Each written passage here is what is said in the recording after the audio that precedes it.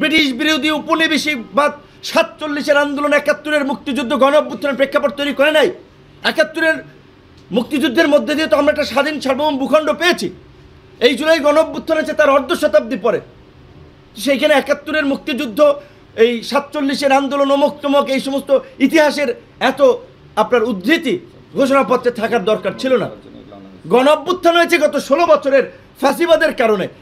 16 বছরে 3টি নির্বাচনে জনগণকে ভোটাধিকার থেকে বঞ্চিত করা হয়েছে, নির্বাচন থেকে বঞ্চিত করা হয়েছে।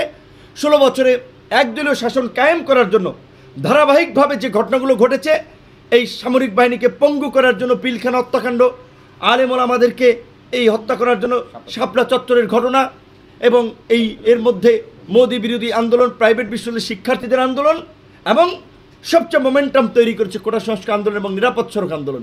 মূল ঘটনাকে এড়িয়ে একটা অস্পষ্ট ইতিহাস কার স্বার্থে উপস্থাপন করা হয়েছে, কারা এর সাথে জড়িত ছিল, আমরা সেটা জানতে চাই।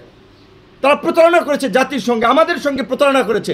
আমরা 15 দিনের 20 দিনের আন্দোলনের মিডিয়া কাভারেজে নেতা হই নাই, হঠাৎ করে নেতা গজে উঠি নাই।